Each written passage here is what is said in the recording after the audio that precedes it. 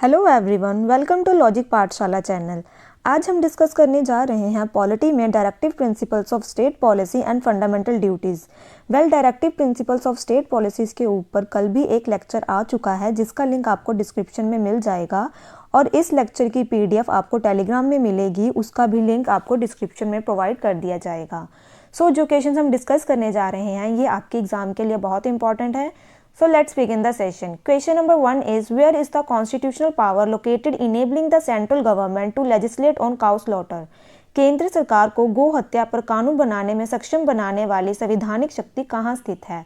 तो आपके पास 4 ऑप्शंस हैं, आप इन्हें एक बार देख लीजिए। इसका करेक्ट आंसर रहेगा option number D, that is article number 48 in the directive principles.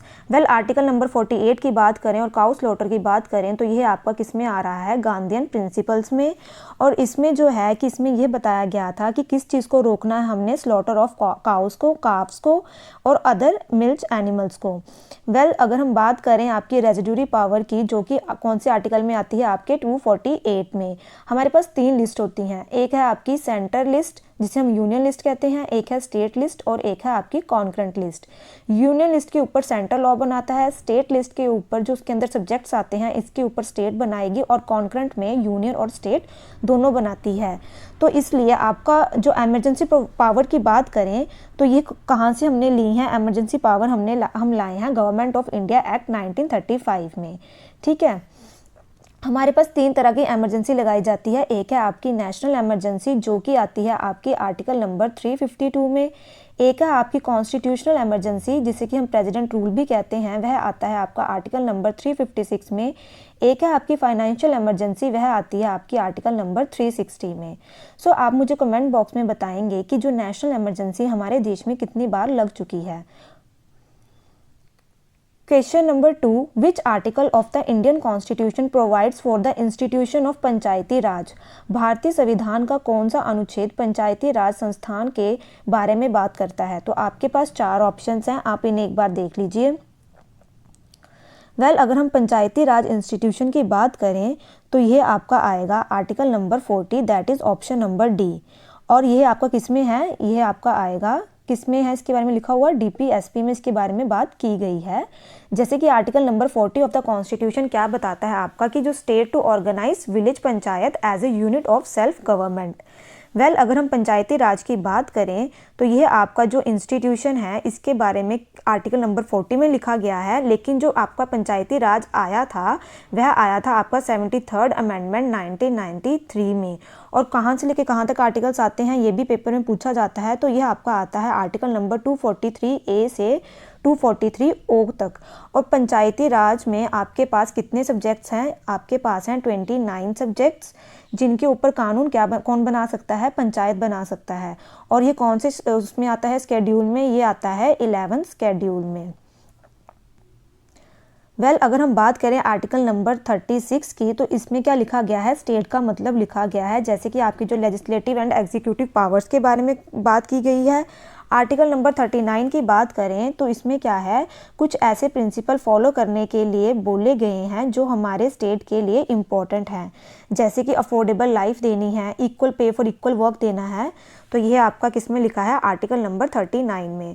और आर्टिकल नंबर 48 की बात तो हम कर चुके हैं कि किस चीज़ को प्रोहिबिट करना है? Slaughter of cows, carbs and other milk animals. ठीक है, Now moving to question number 3, in which state of India is there a uniform civil code? तो यह बात हम कल डिस्कस कर चुके हैं। ये क्वेश्चन यूनिफॉर्म सिविल कोड सबसे पहले कौन से आर्टिकल में आएगा? ये आपका आएगा आर्टिकल नंबर 44 जो कि आपका क्या है? डीपीएसपी है। और ये कौन से वाले डीपीएसपी में आ रहा है? Liberal intellectual.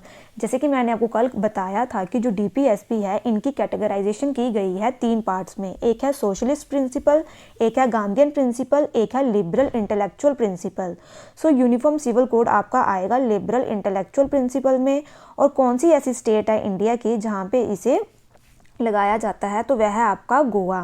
यूनिफॉर्म सिविल जो आपका कोड है इसमें क्या है? जैसे कि बहुत सारे रिलीजियस इंस्टीट्यूट हैं, उन रिलीजियस इंस्टीट्यूट के अपने अपने क्या हैं? लॉज हैं। जैसे हिंदू के अपने हैं, मुस्लिम के अपने हैं, अलग अलग रिलीजन के अपने अपने हैं, बट गवर्नमेंट की नज़र में ये नहीं माने जाते। ठीक है,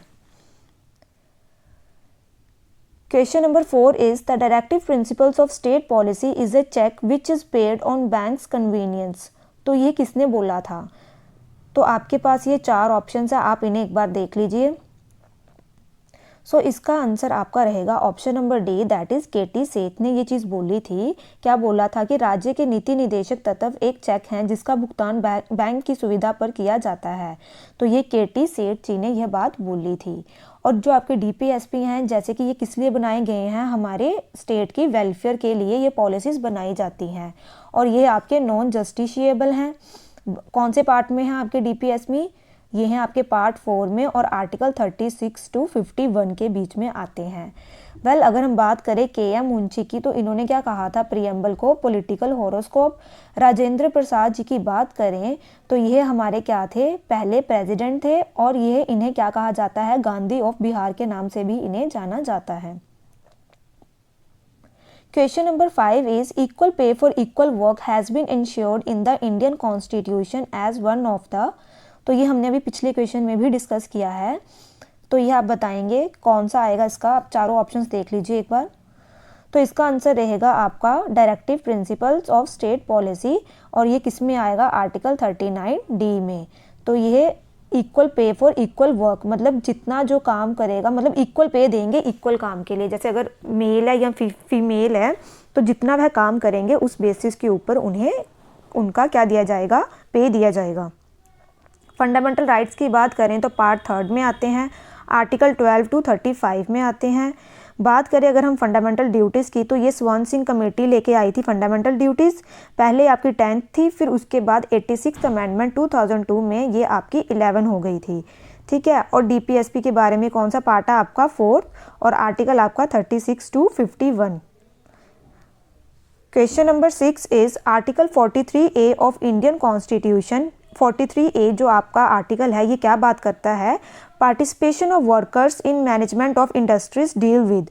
तो ये किसके बारे में बात कर रहा है? ये आपके पास 4 ऑप्शन है, आप इन्हें देख लीजिए। वेल, जैसे कि मैंने आपको बताया था कि जो डीपीएसपी हैं ये आर्टिकल 36 से 51 तक आते हैं। तो ये आपका क्या होगा? आपका directive principle of state policy के बारे में लिखा गया है इसके अंदर। Now moving to question number 7। Which article of Indian Constitution provides for the employer to give maternity benefits to its employees? So Bharat संविधान का कौन सा अनुच्छेद है जिसमें क्या लिखा है कि जो कर्मचारी हैं आपके, उनको क्या दिया जाएगा? मातृत्व लाभ देने का प्रावधान करता है। तो आपके पास 4 ऑप्शंस है, आप इन्हें एक बार देख लीजिए। सो यह आपका कौन सा रहेगा? आपका आर्टिकल नंबर 42, जिसमें क्या लिखा गया है? To make provision for just and humane condition and work and maternity relief. तो कितने देर की दी जाती है मैटरनिटी लीव? वह आपकी दी जाती है 26 वीक्स के लिए दी जाती है। तो यह रहेगा आपका option number B, article number 42।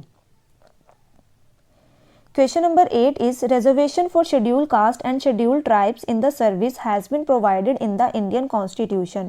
So कौन से उसमें लिखा गया है आर्टिकल में इनके बारे में, इनके रिजर्वेशन के बारे में? तो आपके पास ये 4 ऑप्शंस हैं, आप इन्हें एक बार देख लीजिए।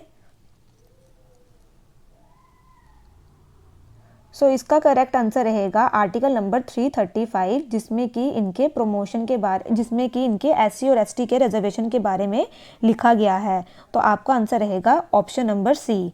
बात करें अगर हम आर्टिकल 375 की, तो इसमें क्या है जो कॉन्स्टिट्यूशन में लिखा गया है किसके रिगार्डिंग?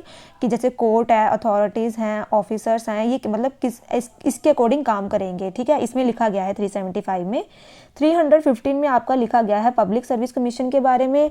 और अगर हम 312 की बात करें आर्टिकल, तो इसमें लिखा गया है ऑल इंडिया सर्विसेज के बारे में। 365 की बात करें तो इसमें क्या लिखा गया है?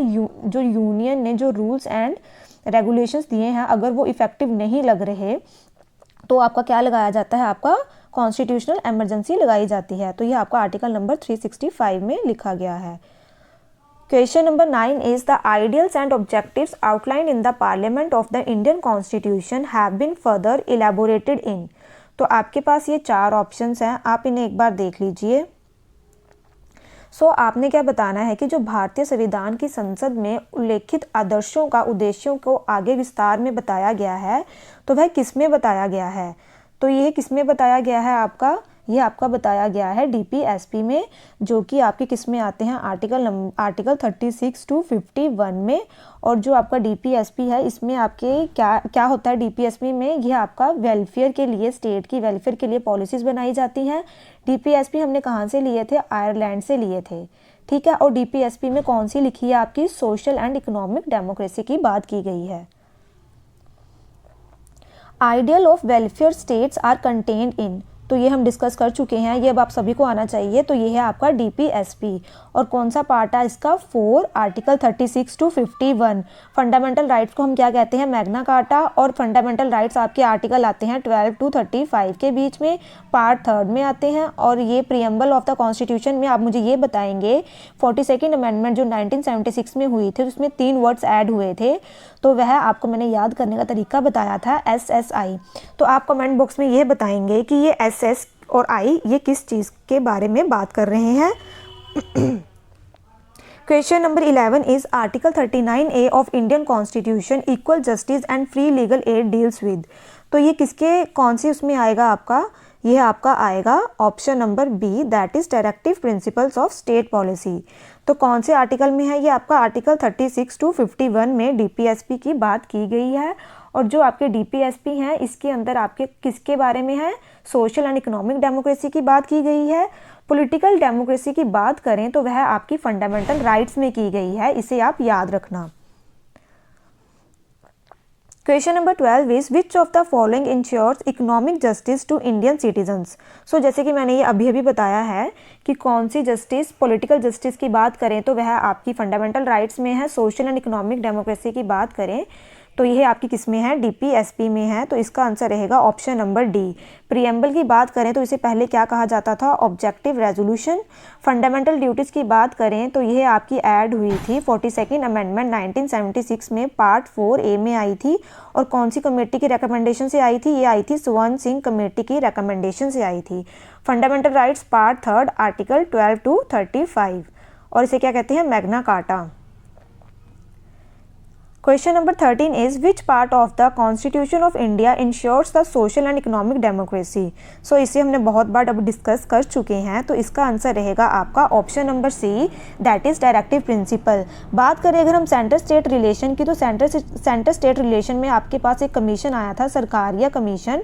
ये आपका आया था कौन से ईयर में, 1983 में। और इट इज़ वेरी इंपॉर्टेंट, ये हमें पेपर में अक्सर पूछा जाता है कि सरकारिया कमीशन कौन से ईयर में आया था।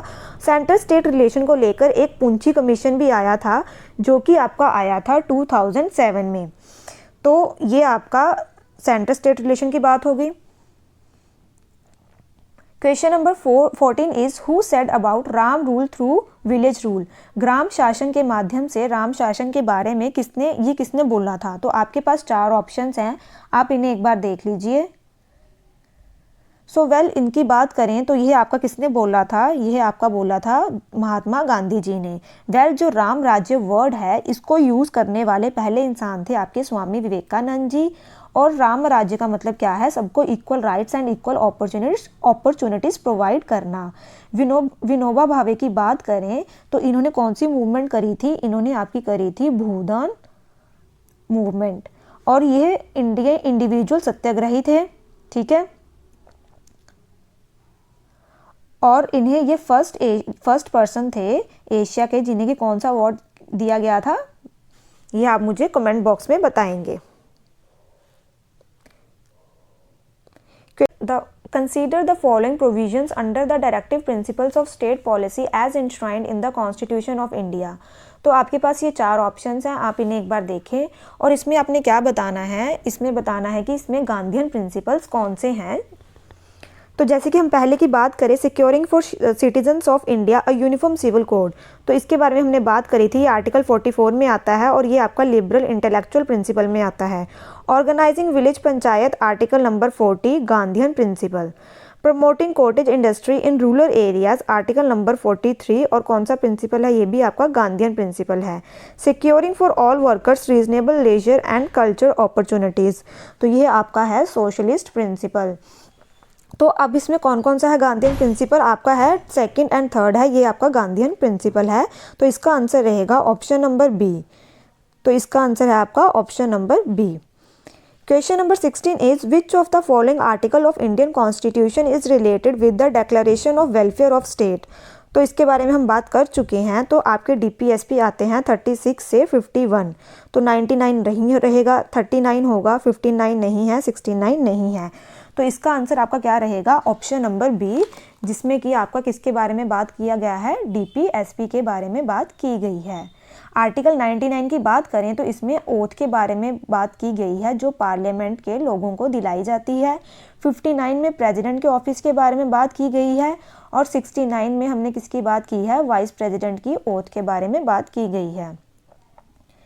Question number 17 is which article specify the fundamental duties of every citizen. So अब हम आगे हैं आपकी फंडामेंटल ड्यूटीज़ के ऊपर।